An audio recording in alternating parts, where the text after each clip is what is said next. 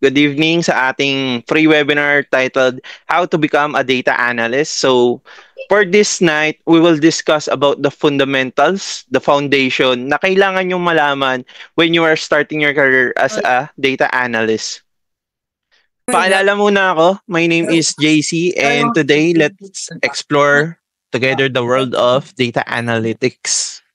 So, sino nga ba ako, no? Ba't ba ako nagpapa-webinar dito? So, papakilala muna ako sa inyo para naman magkaroon ng credibility itong webinar na gagawin natin. So, my name is John Cedric de las Alas. You can call me JC. I am the founder of Millennial Business Academy. It is a data analytics course academy for now, pero will expand sooner in other facets of freelancing and technologies na courses, no? So for now, with 80% or 70 to 80% na yung nagiging data analyst sa academy natin, hopefully yung iba na nag-undergo ng internship ngayon sa MBA natin is maging data analyst na rin soon. So I am also a data analytics team lead in Schneider Electric. So mostly data governance yung ginagawa namin. So data quality, data cleaning, data cleansing, insights, dashboards, basically combination kami ng data quality, data engineer, and business analyst. So ayun, yung data yung job na data analyst, lagi siya usually mix ng mga roles, no? Hindi lang siya basta technical roles lang. So, ayan. Okay. So, graduate ako ng BSIT in Adamson University and currently studying ako ng Masters in Information Technology, major in Data Science sa De La Salle University. So, I am also a global data analytics leader. As I said, I am working with Schneider Electric and previously sa Accenture, no. I have been a senior business intelligence lead developer sa Accenture and data governance lead naman ngayon sa Schneider Electric. Both are which global for Fortune 500 companies. So sila yung top 500 companies sa buong mundo. Ayun, medyo pahirapan makapasok. Pero pag nakapasok kayo sa mga ganong type ng company, i-treasure nyo kasi napaka-valuable nung experience na yon even in a short amount of time. Ayun. And ayun, I work directly with clients across the globe. So iba't ibang country, North America, Europe, Asia, and so far, yun yung mga na-handle ko, mostly America for now. And I teach and facilitate data analytics bootcamps for the past 6 years. So nag-start tong pagtuturo ko back in Accenture pa.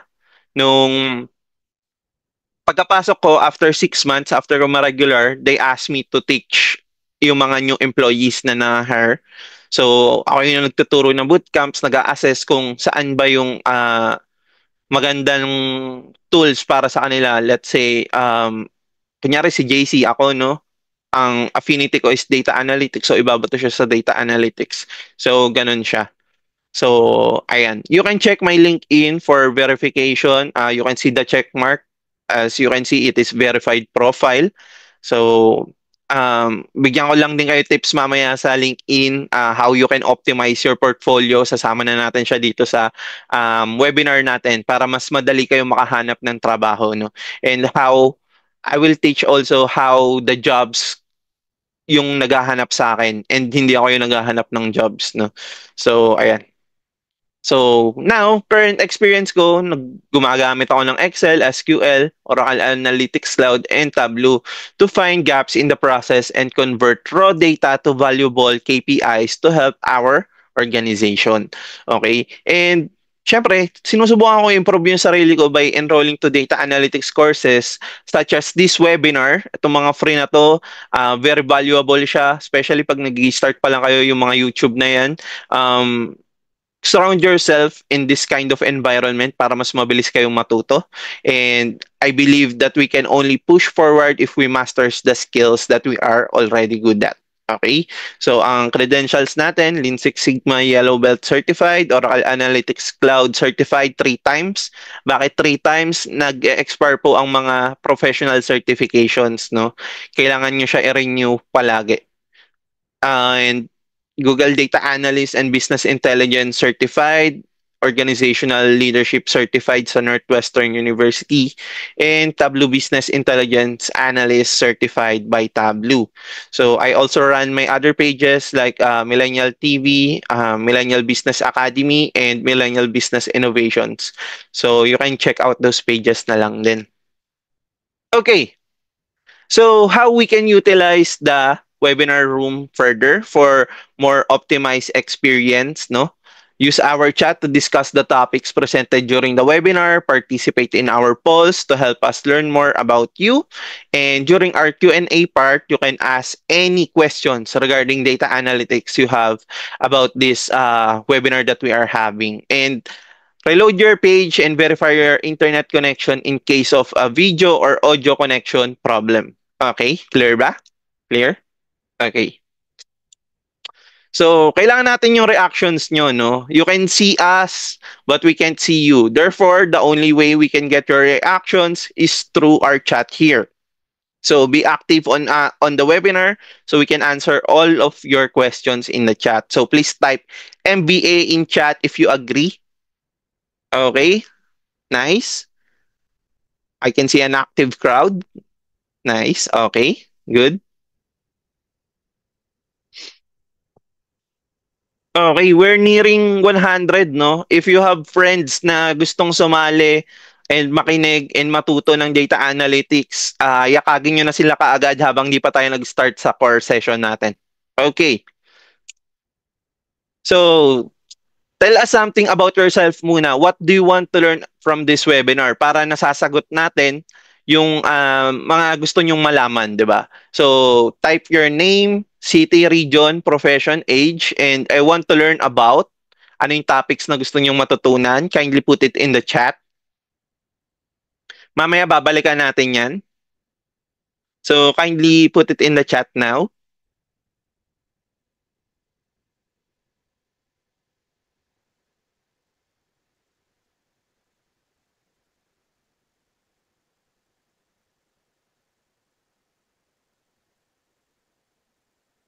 Okay, Jonas, 18 years old, sales executive. I want to learn crypto.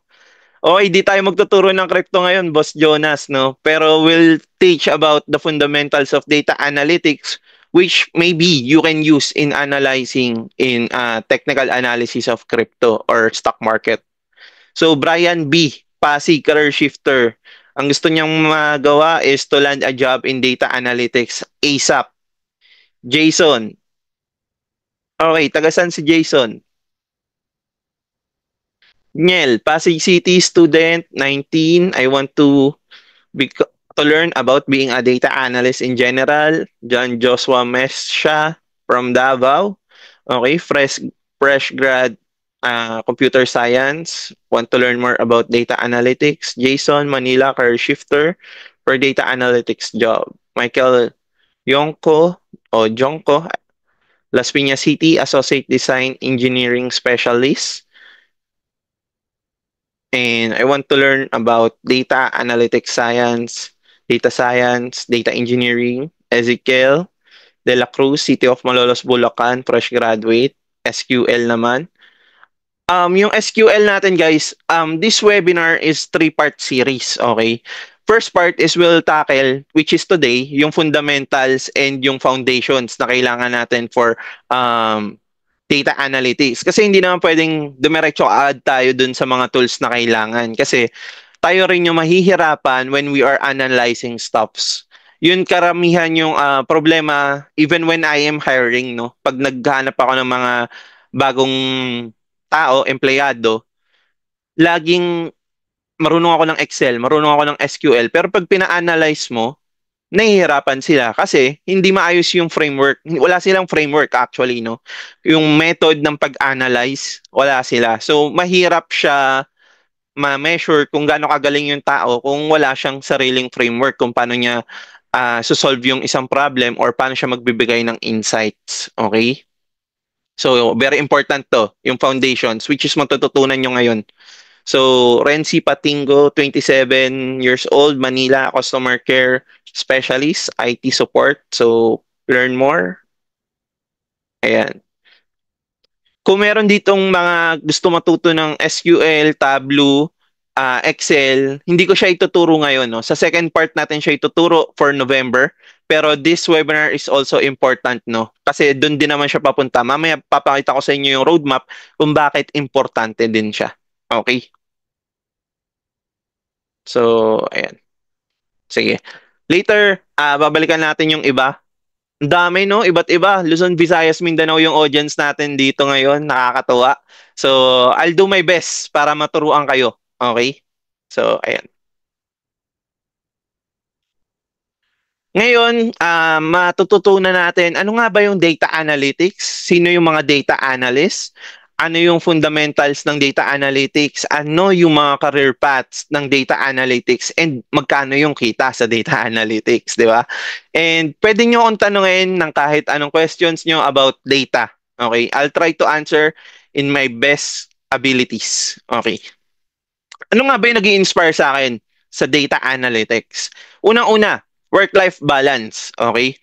As a data analyst, most of the roles are remote, di ba? Hindi man remote, hybrid. Okay? Madalang na lang ngayon ang data analyst na on-site. Most likely, nagiging na silang remote, full remote, or hybrid. So, yun yung pinaka nagustuhan ko kasi context lang, no? I live in Dasmariñas, Cavite, o may mga taga-Dasma dito. Ayan, kaway-kaway. So, ang work ko dati, Accenture. Nagwo-work ako nung una sa Quezon City, Eastwood. So, yung travel time ko, 6 hours. Di ba? Papunta pa lang, 6 hours. Dasma to QC, no? And ano yun pag yung maulan, 6 hours. Pag hindi naman, mga 4 hours and 30 minutes or 5 hours, mga ganun. So, ang haba pa din, di ba? Kaya nung magkaroon ng opportunity na makapag-work from home, ginrab ko na siya kaagad. Okay? Kasi iba yung iba yung convenience, yung pagod, tanggal na, 'di ba? And sa tingin ko, isa rin yung work-life balance sa motivator kung bakit gusto nyo maging data analyst. Tama ba? Tama ba? Okay. So, second is give meaning to raw data and turn it into an actionable insights. Naiisip nyo ba, di ba, parang yung mga bagay-bagay na parang ang simple tignan before, pero kasi once you work in data analytics field, parang nabibigyan mo lagi ng insights yung mga bagay-bagay. Kahit hindi ka expert doon, parang yung opinions mo na ngayon is more logical and more inclined to data-driven na. Yung analyzations natin, yung opinions natin.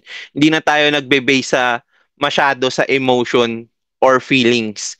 Yun yung kagandahan nito. Kasi once, alam naman natin, if you are inclined sa emotions mo, sa mga iniisip mo, 'di ba? Parang hindi ka hindi ka nakakapag-isip ng maayos, hindi ka nakapag-desisyon ng maayos kasi nakabase ka sa feelings mo.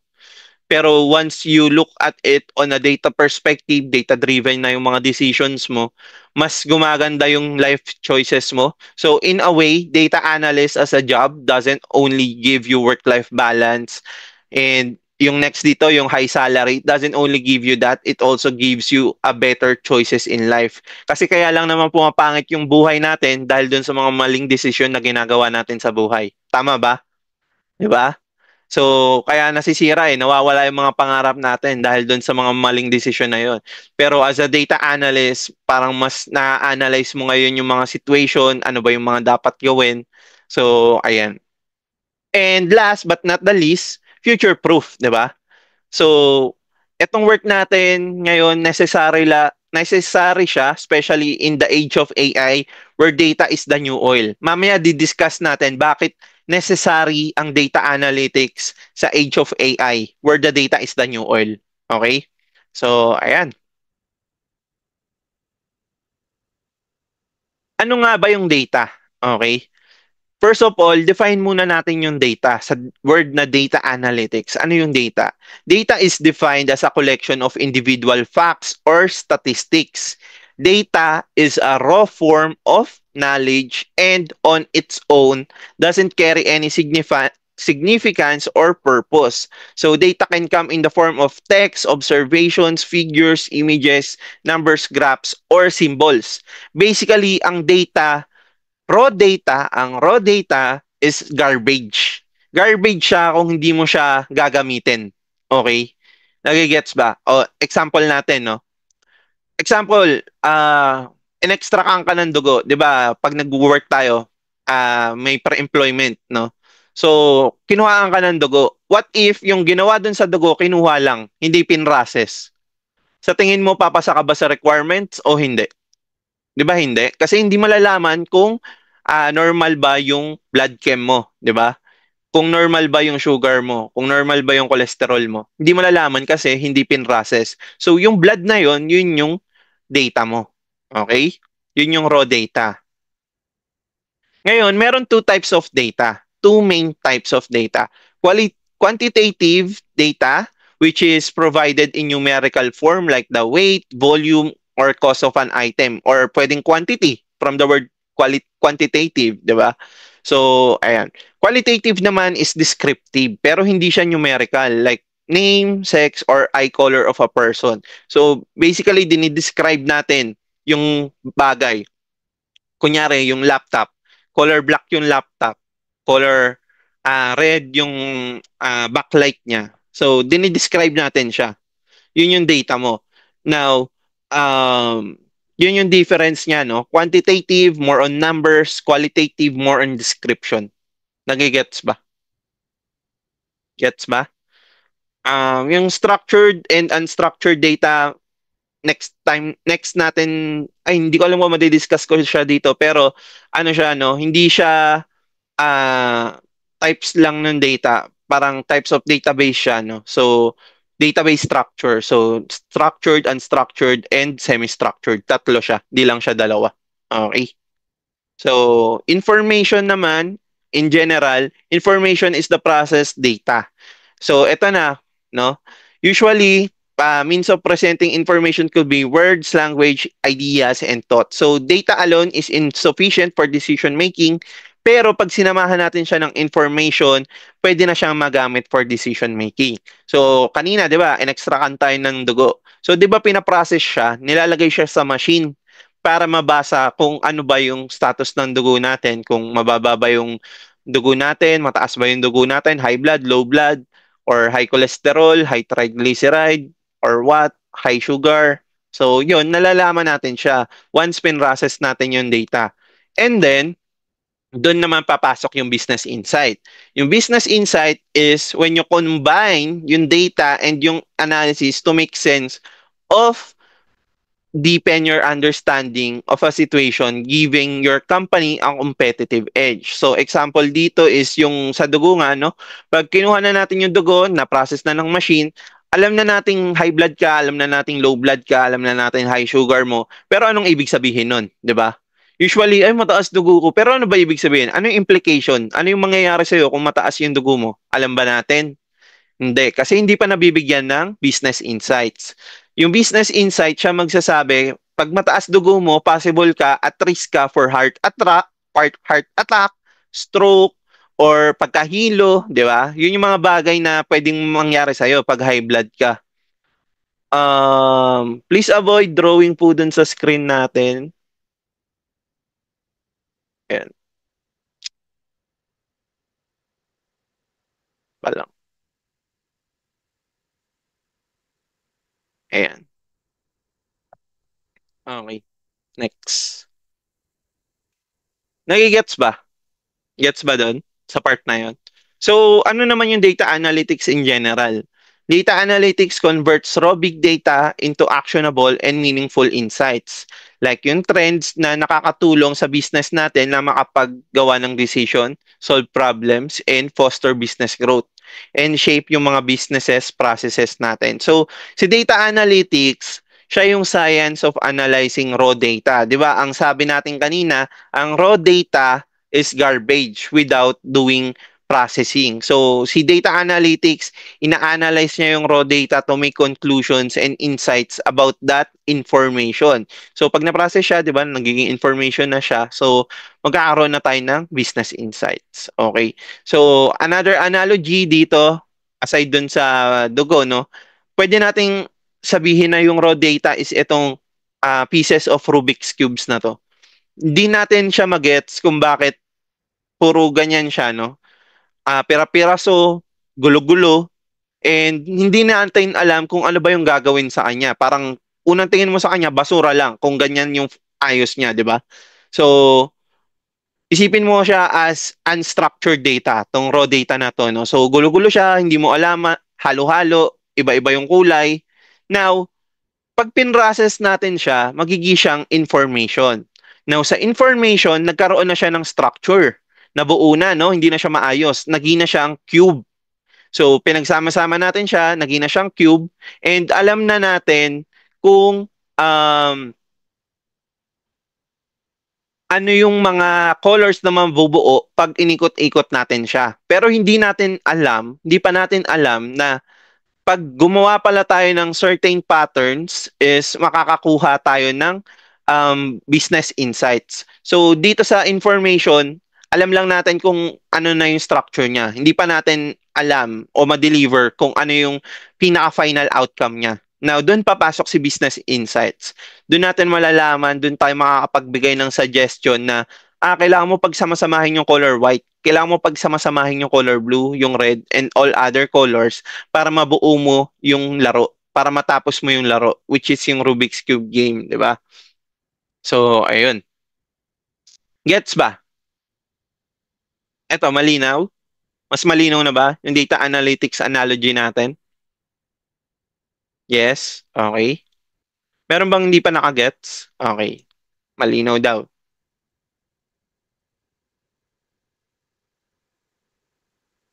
So, ayan. Data analytics career outlook, no? Ngayon kasi high demand yung data analyst job. Kaya sa tingin ko nga kung bakit maraming ngayong umattend sa inyo kasi nga high demand siya, no? So, career outlook, jobs in data analytics sector are plentiful, salaries are high, and the career paths you can take are abundant. So, data analytics offer a wide variety of opportunities according sa Investopedia. Sa data analyst job market is predicted to grow by 23% between 2022 and 2032. Nasa na ba tayo? 2024 pa lang tayo. Nagsisimula pa lang, 'di ba? According to the US Bureau of Labor Statistics. So, yung mga company, ngayon pa lang sila nagpe-prepare para magbayad ng extremely competitive salary kasi nga nasa world na tayo ng big data. So, and alam naman natin, AI is taking over, di ba? Pero bago mag-function yung AI na yun, kailangan nila ng mga data analysts. Okay? So, ito yung sabi sa Career Foundry, no? So, next naman, data science is one of the most versatile careers that will be a high-demand job in the Philippines. And that is data science. So this industry involves collecting, analyzing, interpreting large amounts of data. So ano ba yung mga careers na pwedeng pursue for data science? Data scientist, data analyst, machine learning engineering, data engineer, business intelligence analyst. So etong mga to is branches siya ng data science, no? Okay. Ayan. So policy issue at glance. So how can PH meet the rising demand for data workers? So with the advent of fourth industrial revolution comes increasing demand for data science and analytics workforce. So DSA skills, data science and analytics skills, however, remain underdeveloped among the Philippine workforce. So this infographic answers the questions: are the DSA related undergraduate degree programs able to supply the current demands for DSA talents? So, may doubt, no? Kung kaya bang isupply ng mga undergraduate degrees yung workforce. Kasi nung time namin, no, 2016 ako graduate, hindi pa uso tong data analytics. Hindi nga namin natakal to eh. Pero meron ng mga SQL, meron ng mga Excel. Pero etong data analytics concept, hindi pa siya buog masyado. Pero siguro sa Amerika meron na. Pero dito sa Philippines, hindi pa siya ano sa curriculum, integrated. Okay? Ayan. So, data analytics in the Philippines, ang laking potential. So, Analytics Association of the Philippines, AAP, which we are a member of already. Millennial Business Academy just became a member of Data of Analytics Association of the Philippines last week. So by Monday, they will announce it. So spoiler alert. The country will need 500,000 analytics professionals, and this need is not just in the IT field. So data analysts are also needed in many other business fields. The entry-level salary for data analysts in the Philippines can go as high as 25,000 per month, making it an attractive career option for many. Now, itong 25,000 per month, entry level lang to, guys. Yung mga wala pang experience, wala pang past related experience sa data analytics, you can go from 25,000 or higher. Ito pa yung minimum, no? So, napakagandang opportunity niya. Isipin mo 25,000, naka-work from home ka pa, 'di ba? As your first job. And after 1 to 2 years, guys, pwede na rin kayong lumipat and you can earn twice or more than 25,000. So, yun yung nag-aabang na opportunities. Okay. Ano nga ba yung roadmap natin for data analyst? So, unang-una, ito, yung fundamentals. Okay? Next natin, yung Excel.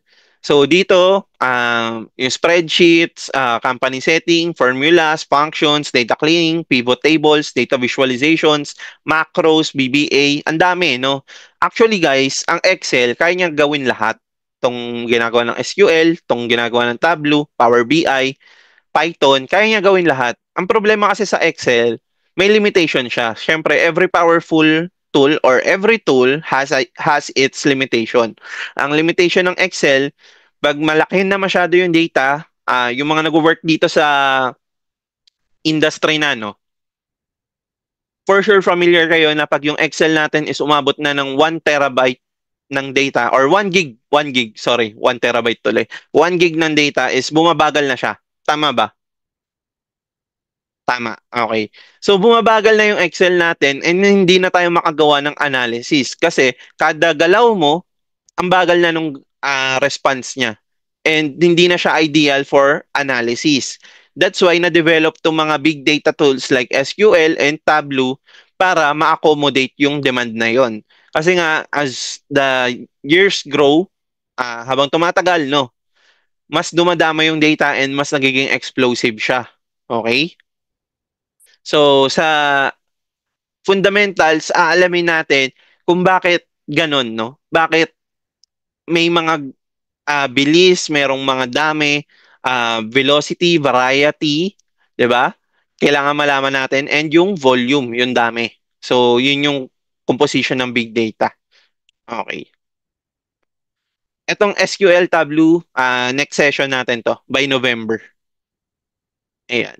So, data analytics fundamentals, discuss natin yung mindset, 5 types of analytics, data analysis life cycle, and communication. Itong data analysis life cycle, ito yung framework na sinasabi ko.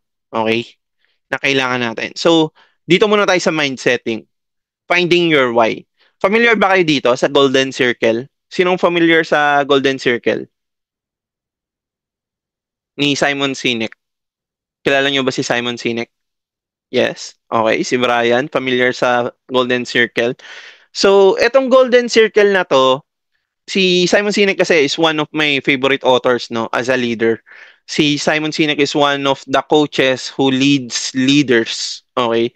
And marami kang matututunan sa kanya. And this is one of the things that I learned from him na ina-apply ko sa aking buhay and to the Millennial Business Academy. So finding your why, finding your purpose. So yung why na to is yung innermost circle ng golden circle na to. So this one, okay? And your why is your purpose, cause, or belief. So, for example, etong webinar na to, the purpose of this webinar is to help people learn about data analytics and give them the option to consider shifting to this career since it is industry agnostic. Now, what is industry agnostic? Meron ba nakakaalam? Ano yung industry agnostic? Anyone? Okay. So pag sinabi nating industry agnostic, ah lahat ng industry pwedeng mag-shift sa data analyst. Ibig sabihin, wala siyang pinipili. Pwede kang, kumbaga, flexible. Pwede kang kahit saan, sa sales, sa finance, sa HR, customer relations, ano pa ba, manufacturing, iba't iba, no? Healthcare, pwede, no? Ang magiging title mo lang, sales analyst, healthcare analyst, human resource analyst. Ganun lang, dinadagdagan lang ng analyst sa dulo. And then, from that specific domain, magiging analyst ka na nun. So, yung mga specialty nyo na domain ngayon, yung mga specialty nyo na domain ngayon is possible nyo pa rin siya magamit in the future. Okay? Possible na hindi nyo na kailangan mag-aral pa ng iba ulit. It's just that you need to understand the data better. Kaya kukuha ba? Kaya marami nakakapag-shift eh. Kasi for example, yung isa kong katrabaho, no, 40 years old siya, nakapag-career shift siya sa data analyst. Actually guys, hindi talaga madali makapag-shift ng career, no. Kahit saan namang field, hindi talaga madali mag-shift ng career. It's just that kailangan mo siyang pagpursigihan and tuloy-tuloy lang dun sa process, sa pag-apply, 'di ba? Sa pag-improve ng skills mo. So 40 years old, nakapag-career shift pa from chemical engineering to data analyst. So may background siya sa manufacturing, 'di ba? So yung mga data quality ng manufacturing, meron na siyang background. Now, inapplyan niya ng data analytics skills. So when I interviewed him, medyo hindi siya talaga papasa sa akin for technical skills, no? During that time.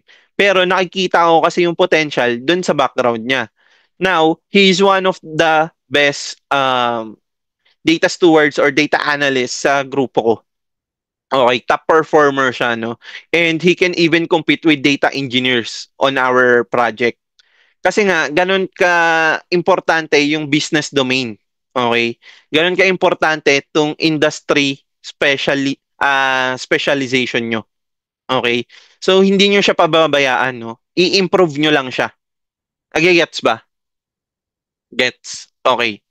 So, yung how naman, yung middle circle natin. So, nare-represent niya yung process or approach kung paano mo a-achieve yung why mo. So it's about your unique way of doing things and your how is closely linked to your strengths, skills, and actions you take para ma-fulfill yung why. So example nito, make our webinar free but still giving them the quality of education they need to start their career in data analytics. Okay. So, ayan. Ang last natin sa golden circle is itong what. Siya yung outermost circle natin. And siya is about sa roles na meron tayo sa ating career or personal life. So, what do you do? It's important, no? Pero hindi siya yung starting point kung bakit makukuha natin yung purpose natin, no? It is just the byproduct of how natin and yung why natin. So for example, we do live webinars and interactive teaching with personal mentoring using our Facebook group and group chat. No? And syempre yung bootcamp natin using our bootcamp. So doon natin siya nagagamit and siya yung what natin. Okay? Okay. So five types of analytics. First is descriptive. Usually guys, itong types of analytics is apat lang. Hanggang perspective or prescriptive lang siya talaga. Pero kasi may nakita lang akong cognitive and why not isama natin, no? Kasi maganda rin siyang insight. So, descriptive answer to the question, what happened? Ano ba yung nangyayari? From historical, no? Pagbabasihan mo yung historical data, ano yung nangyari? So, what is the trend for Bitcoin? Pag sinabi nating trend, di ba? Tinitignan natin yung past data. So, let's say, from 2012 to 2022, it is in its all-time high na, no? Nasa pinakataas na yung Bitcoin ngayon. So, no one would imagine na from $1 or cents before na abot siya ng $70,000 worth isang Bitcoin ngayon. Sipin mo cents lang yan dati, umabot ng $70,000. And ba't ko sinasabi to? Kasi yung Bitcoin, yung blockchain, lahat yan, part siya ng big data, no? Kung bakit siya nagiging successful ngayon. Okay? And diagnostic, bakit nangyari yun? So, deeper understanding ng what natin, ng descriptive natin yung diagnostic. Kasi we find the root cause. Bakit siya nangyari? Bakit siya naging ganun? 'Di ba? So, why is Bitcoin going up this year? So, possible answer dito is uh, nagkaroon ng halving. So, bumaba yung supply. So, law of supply and demand, the lower the supply is and the higher the demand is, the prices will go up and vice versa, no? So, pag mataas naman yung supply and mababa yung demand, bababa naman siya. So, it can only go higher according to the experts kasi nga paubos na yung supply ng Bitcoin. So, predictive is answer to the question, what will happen? So, example, Bitcoin might hit 100,000 in the next few years. So, ang ginagamit usually in predictive is data science na, no? Hindi na tayo gumagamit ng mga SQL or Excel, although may function sa Excel nung forecast, pero mas accurate gamitin ang data science. Pwede kayong gumamit ng Python or R for that. Usually yun yung popular tools, pero meron na rin naman mga other tools like RapidMiner and Minitab na pwedeng gumawa rin ng mga forecast na yun. Pero much accurate and mas customizable siya pag gumamit tayo ng Python or R. Okay? So, prescriptive naman, nag-answer siya ng question na what should be done. Okay? So, pwede tayong mag-invest ng money that you could afford to lose in Bitcoin before 2024 onwards. So, yun yung suggestion, okay, ng experts. Pwede tayong maglagay ng afford lang nating matalo. Example, 20,000 sahod mo, pwede kang maglagay lang ng 1,000. It is an investment, no? So pag kahit sa ang investment, stock market, forex, commodity, golds, dapat handa kayong mawala yung pera na pinapasok nyo doon. Okay? Kasi in a blink of an eye, pwede talaga mawala siya. Pero in a blink of an eye, pwedeng lumipad siya. So that's how it is. Mukha siyang gambling, magiging gambling siya kung hindi mo siya inaaral, pero there is a science behind it. So that's why many people are in it. Okay? And sa cognitive naman, it answers to the question, what can be improved? Ano yung pwedeng ma-automate? So, pwedeng mag-save ka at least 20 per month. So, pwede, di ba, meron tayo sa mga bangko natin yung auto-save or auto-invest na functions. So, pwede yun. Magtatabi ka ng $20 per month so you can have something to invest. So, yun yung pwede nating ma-improve para hindi tayo maging madala ng mga impulsive thoughts natin na deserve ko yan, deserve ko to. So, ayun, pwede yan. Pwede nating gawin yan para meron tayong investment para sa sarili natin. Okay. Gets ba yung five types of analytics? Gets ba? Gets? Lang.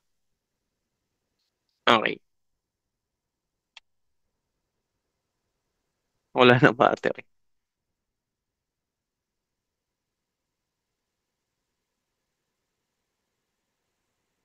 Okay. So, gets na, no? Next natin. Yan. Data analytics life cycle. Wait lang, guys. Inom lang. Inom lang ako ng tubig.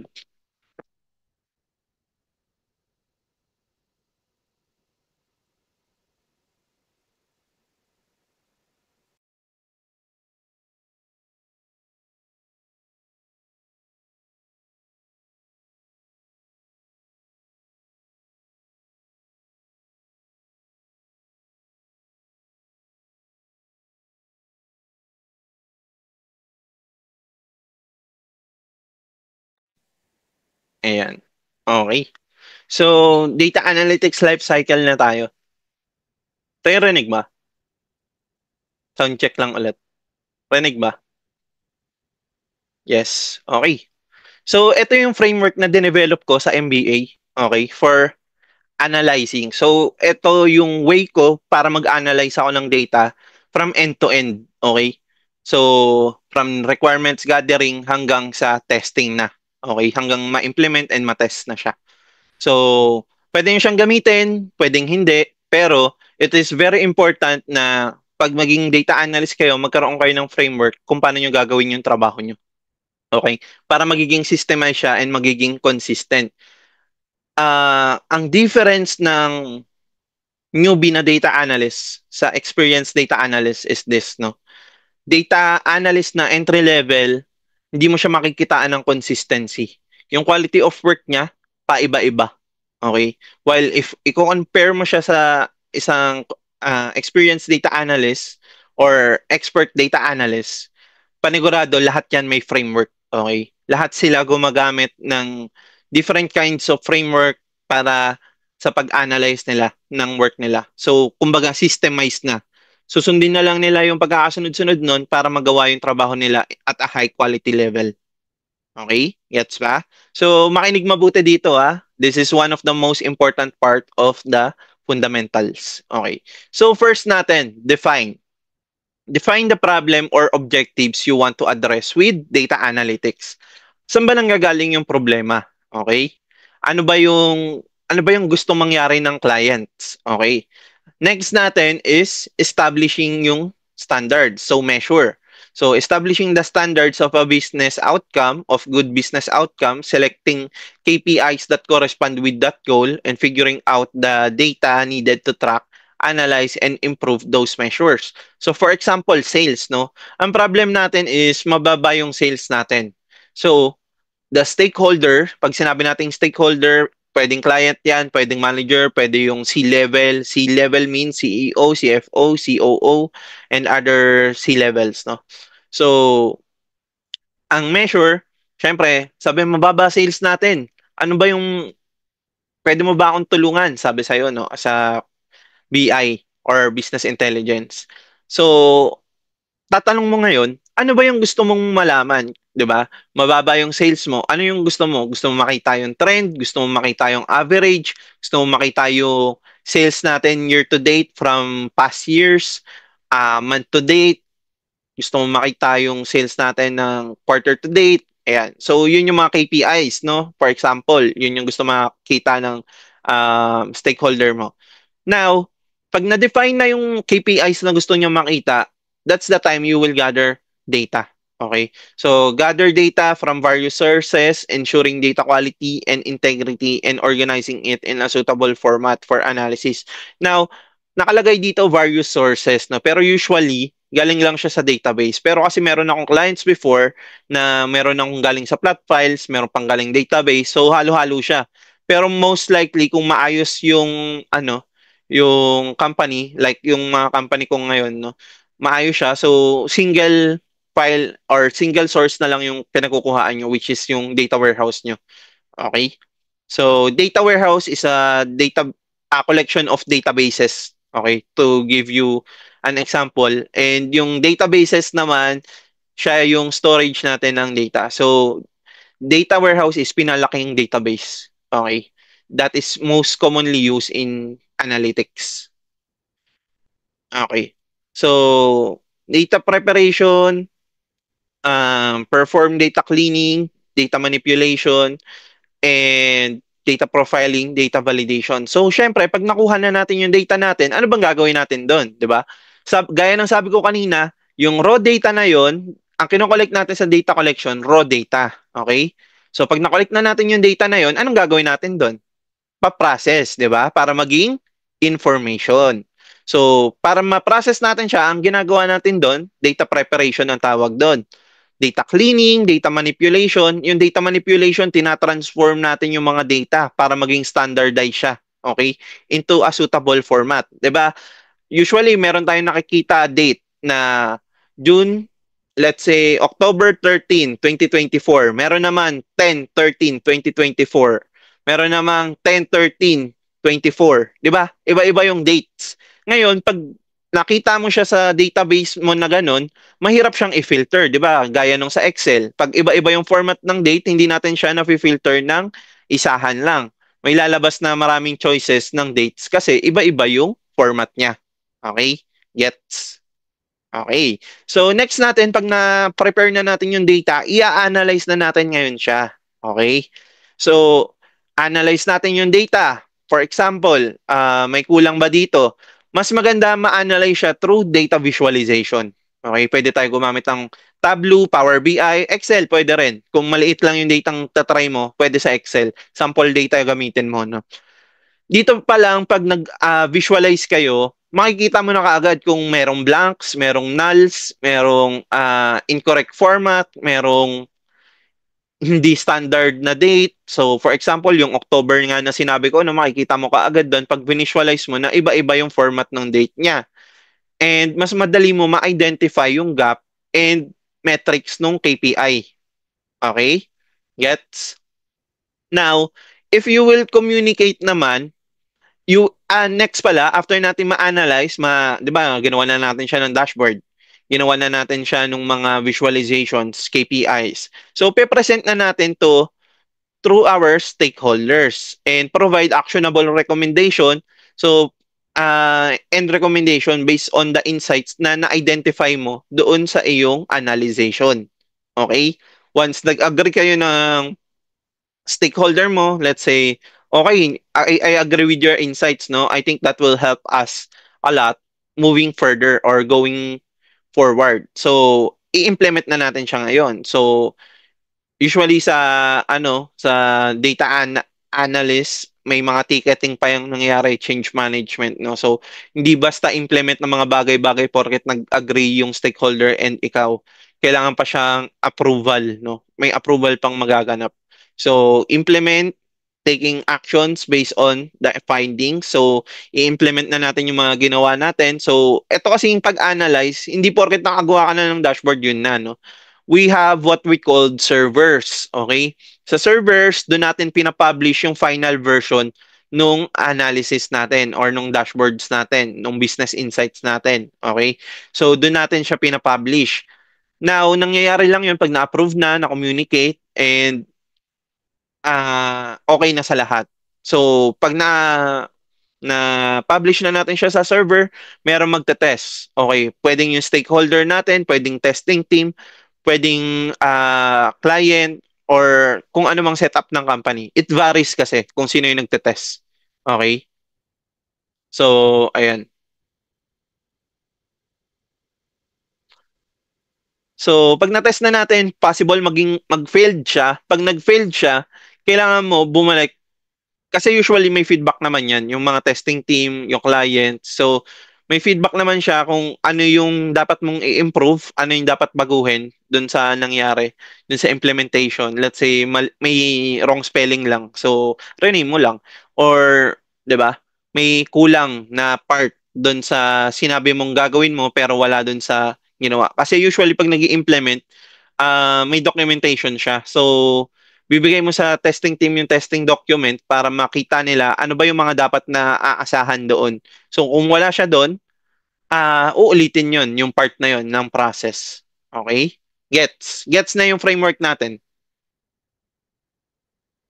May naguguluhan pa ba sa framework? Gets?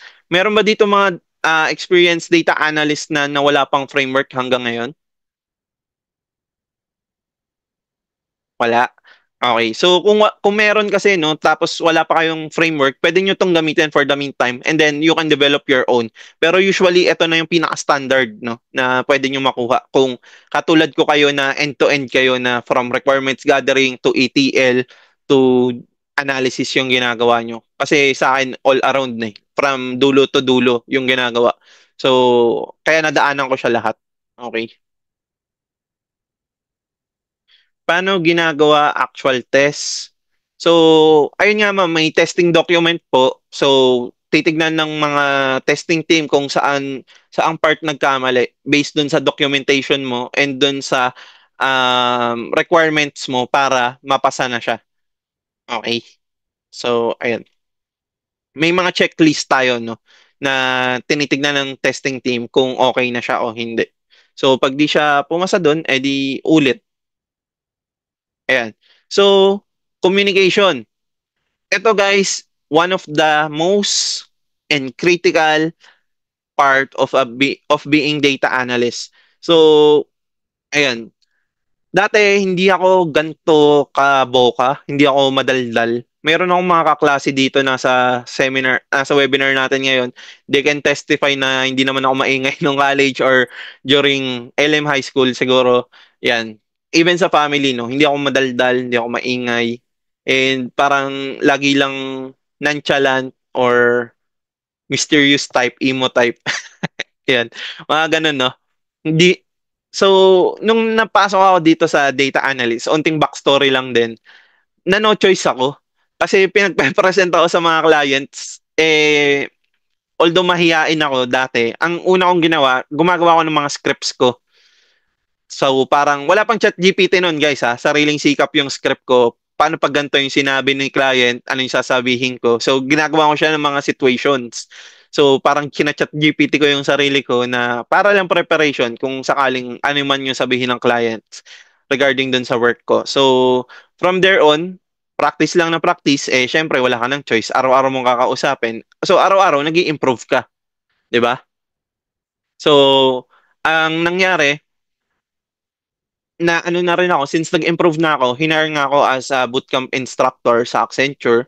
And then, mas lalo pang nahasa kasi nagtuturo na ako ng tao eh, di ba? Actual training na yung ginagawa and marami ng experience na nakuha in a short amount of time kasi multiple projects tapos puro ganun pa yung ginagawa mo, no? So, gagaling ka talaga. Wala kang choice eh. Ayan. So, in communications, para dun sa iba na walang technical skills, meron ba ditong magaling magsalita, mga galing sales diyan? Yan, usually TSR, CSR, marketing, yan, magagaling sa usapan yan eh, magagaling mangbola yung mga yan eh. So, ayun, no? Usually yung mga yan, pumapasok sila sa role na business analyst muna. Okay? So, dadaanan natin yung business analyst na yan. So, teka lang. Yan. Anuhin muna natin to na who can become a data analyst. So, anyone who is ready to dive into data analytics and who is eager to learn new things. So, walang backgrounds, walang restriction, babae, lalaki, bakla, tomboy, pwedeng-pwede dito, no? LGBTQ+, walang discrimination sa data analyst. So, lahat dito pwede. And gaya ng sabi ko nga sa inyo, 40 plus years old, no? Career shifter yung ka-team ko. So, no background in data analytics, pero may background doon sa business industry na manufacturing. And yung pinasukan niya is manufacturing din, which is yung Schneider. So, most tumaas yung chances of hiring niya. So, ayan. And at the same time, proven na, no, yung mga students natin, naging successful sila, naging data analyst. Hindi sila, karamihan ng students ko is nasa company nila sila tapos lumipat sila ng department.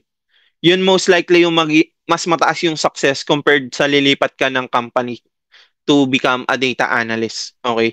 Bakit? No? Kasi alam naman na nung company mo ngayon na okay kang empleyado eh. So, to change department, normal lang siya. Ang advice nga sa akin ng manager, every 3 years, magpalit ka ng role mo para di ka nananawa. So, ayun. Very normal siya sa corporate setting. Kaya most likely, mas matatanggap kayo kung mag apply kayo. Kung merong mga ganong opportunity sa company nyo, i-grab nyo siya. Okay? So, ayun. Ayan, Q&A muna tayo. Any other questions, guys? Doon sa mga na-discuss natin. Yung roles mamaya, di-discuss natin yan. Any questions, guys? Ay, grabe. Napuno pala tayo, 100 participants. Bumaba. May nag-leave na isa. Okay. Useful po ba? Ano to? Most important skills for a data analyst to have. Ayun nga ma'am, yung fundamental skills which is itong tinuturo ko, Excel, SQL, and Tableau. And for the record lang, no, yung Python, although makikita nyo siya sa LinkedIn, makikita nyo sa kahit anong job postings na requirement siya as a data analyst, for the past 6 years, guys, hindi ako tumagal gumamit ng Python ng 3 months. Laging Excel, SQL, and Tableau lang yung ginagamit. Kasi hindi naman siya masyado need unless you are a data scientist. Iba ang data scientist sa data analyst, okay? There's clear difference to that. Pero kung data science ka, data engineer, most likely gagamitin mo yan. Pero kung nasa data analyst field ka, most likely hindi. Okay. Usual po ba sa entrepreneurship student? Oo. Kaya nga ako nakapag-business eh. Kasi yung mga insights ko, syempre, nagpapatakbo ng company, di ba? Kumukuha sa akin ng suggestion. So, yung suggestion ko, na-hone na for business success. Kaya nga, yung mga business ko ngayon, data-driven. And kaya ang bilis ng traction niya kasi data-driven siya. So, yung mga actions na ginagawa namin, may basihan. Hindi lang siya hula-hula lang na based on feelings, based on emotion. Feeling ko gagana to pag ginawa natin tong promo na to or what. Hindi siya ganun, no? May data nagba-back up dun sa mga ginagawa natin kaya nagiging successful siya for entrepreneurship business or what. So, how do you consider yourself po na data analyst ka na? First of all, syempre, kung meron kang job role as data analyst ka na. 'Di ba? Very obvious 'yon. Pero, gaya ng sabi ko, every job, every function, let's say, lahat yan may data kasing gumagalaw, no? Lahat yan, may data na involve. Kung sa sales ka, makikita mo na ilang ilang clients yung na-close mo for this month. Ilang clients yung out of 500 leads, ilan doon yung na-close mo. So data na kaagad yun, 'di ba? So kung sa HR naman, out of 500 employees, ilan yung attrition mo per month? Attrition meaning yung umaalis, nagre-resign. Okay? So data na yon. Basically, all of us are data analysts already. It's just that it hasn't become an official role. Kumbaga, hindi nagtatranspire dun sa job title natin. Pero yung mga ginagawa natin, it is already prerequisites to become a data analyst. Yung mga alam nyo na business domain, prerequisite na siya to become a data analyst for that field, no? So, kung sales ka, sales analyst. Kung HR ka, HR analyst. Medical analyst. So, marami. And you think po a software developer with a year of experience with SQL can smoothly transition to a data analyst? Yes po, no? Kasi sa company ko, no, puro career shifters yung team ko. Lahat sila walang idea, walang background sa SQL. Mostly Excel meron naman. Pero SQL, Tableau, walang background as in zero. Pero nakaka-adapt sila as long as may guidance, no? May mentor ka na tumutulong sa'yo, may community ka na tumutulong sa'yo, mabilis talaga yung growth. Kasi this SQL, Tableau, Excel, tools lang naman sila. And ang mga tools, natututunan natin siya. Pero yung mga foundational skills, yun yung kailangan mo ma-develop para maging adaptable ka to different kinds of tools. Actually, yung Tableau, hindi naman ako Tableau developer dati nung lumipat ako sa company ko. Oracle developer ako. And napakalayo ng Oracle developer sa Tableau developer. So parang kung i-compare ko siya sa cellphone, parang si Oracle iPhone, tapos si Tableau Android. Ang layo ng UI niya, ang layo ng interface. So pero yung concepts fundamental same pa rin naman kaya kaya mo mag-adjust. Parang pag nagpapalit ka ng phone from Android to iPhone, 'di ba? Medyo sa una mahirap pero pag nakasanayan mo na, mabilis na siya. Ayun, ganoon lang din siya. How can data analysts effectively communicate their findings to non-technical stakeholders? Ayan. Diyan papasok yung Excel. Kailangan humanap kayo ng common ground. Okay? So, ano yung naiintindihan ko, ano yung naiintindihan niyang tools na pwede naming maging common ground, na pwede naming gamitin as medium para magkaintindihan kami. Usually, ang ginagamit namin dyan, Excel, no? Para mas magkaintindihan kami in technical terms and masabi ko sa kanya yung gusto kong sabihin. At the same time, mabibigay niya sa akin yung requirements na kailangan niya. And syempre, hindi naman porket may requirement siya, kailangan mo na magawa. Yung ibang requirements kasi not feasible siya, especially with the um, schedule or time na binibigay sa'yo. Let's say 1 week, kailangan ko na ito ma-develop. So, sometimes it is just not feasible. Okay? ano po ang entry level na ginagawa ng data analyst? Usually Excel, SQL, lahat na eh. Actually Excel, SQL, and Tableau, ginagawa na siya kaagad lahat. So, ang kaibahan lang is you have less responsibility and mas ginagawa mo as entry level yung madadali.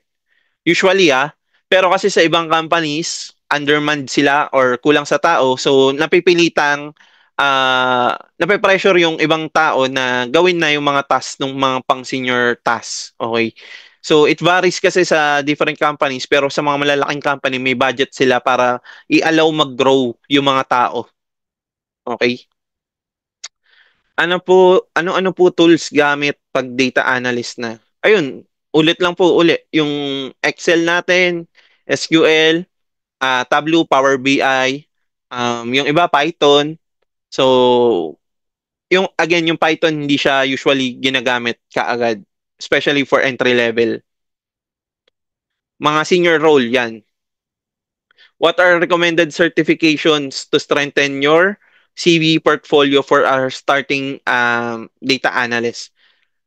Actually, yung mga certifications na 'yan, um, usually yan yung nakakalimutan ng mga nag-a-apply, no? Apply sila ng apply, wala silang mga certifications. Although hindi siya nare-require ng mga company, pag nag-apply ka, hindi naman nare-require na may certification ka, pero it is a plus. Ang mga hinahanap na certification, syempre yung mga professional certification. Usually yung mga professional certification, nagkakahalaga siya ng mga 25,000 above or 30, 40, ganun. Depende dun sa level ng certification. Pag yung mga entry level, I think meron yung mga tag 6,000 na certification. Yung certification na yon, exam lang siya, wala siyang training. Okay? So, to give you an idea lang, and meron siyang proctor. So, di ba kanina sinabi ko, 3 times Oracle certified ako. So, yun yung mga professional certificates. Yun yung mga mamahalin. Um, Pwede kong recommend siguro yung, depende pala, ano pala, for data analyst, no? Depende kung anong tool. Kung nasa Oracle Technologies ka, pwede mo check yung LinkedIn ko. Pwede mo kunin yung mga ganong certifications. Oracle Cloud Associate for entry levels. So, ayan. Yung mga may associate na certification, Tableau Desktop Associate or Specialist, meron ding certification yan. Yan, good yan for entry level, no? Expiry din yun. So, ano pa ba? Sa Microsoft naman, yung Excel, pero Excel kasi hindi na masyado inaano yung certification. Kung kukuha ka ng certification, mas okay na kunin mo na lang yung Power BI kung magma-Microsoft ka lang din. Kasi yung parang yung Excel, pag ano, parang expected na alam mo na siya. Hindi mo na kailangan ng certification para i-prove na alam mo na siya. Gets ba? So, yung sa certification, pwede akong mag-search dyan about that. Pero hindi ko kasi kabisado yung mga pangalan. Pero yung mga meron lang ako yung alam ko. Yung Tableau Desktop Specialist, Tableau Business Intelligence Certification, and Oracle Cloud Platform Enterprise ata yun, Associate. So, yan.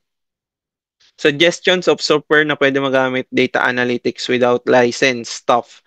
Meron tayo MySQL, Postgre for SQL stuffs, Microsoft SQL Server, pwede mo rin siya magamit. And Tableau, Power BI, yan. May mga free yung mga yun. Excel naman is meron ding free, di ba? Yung LTSC na version. Pwede ba mag-apply sa work ng data analyst na 18 years old na college student? Pwede naman. Ang problem lang, sir, kung college student ka pa, lagi mo lagi mo consider na may competition ka. So kung 18 ka, dapat yung skills mo is higit-higit pa dun sa mga competitors mo. So mapapakita mo siya through the use of portfolio. Okay.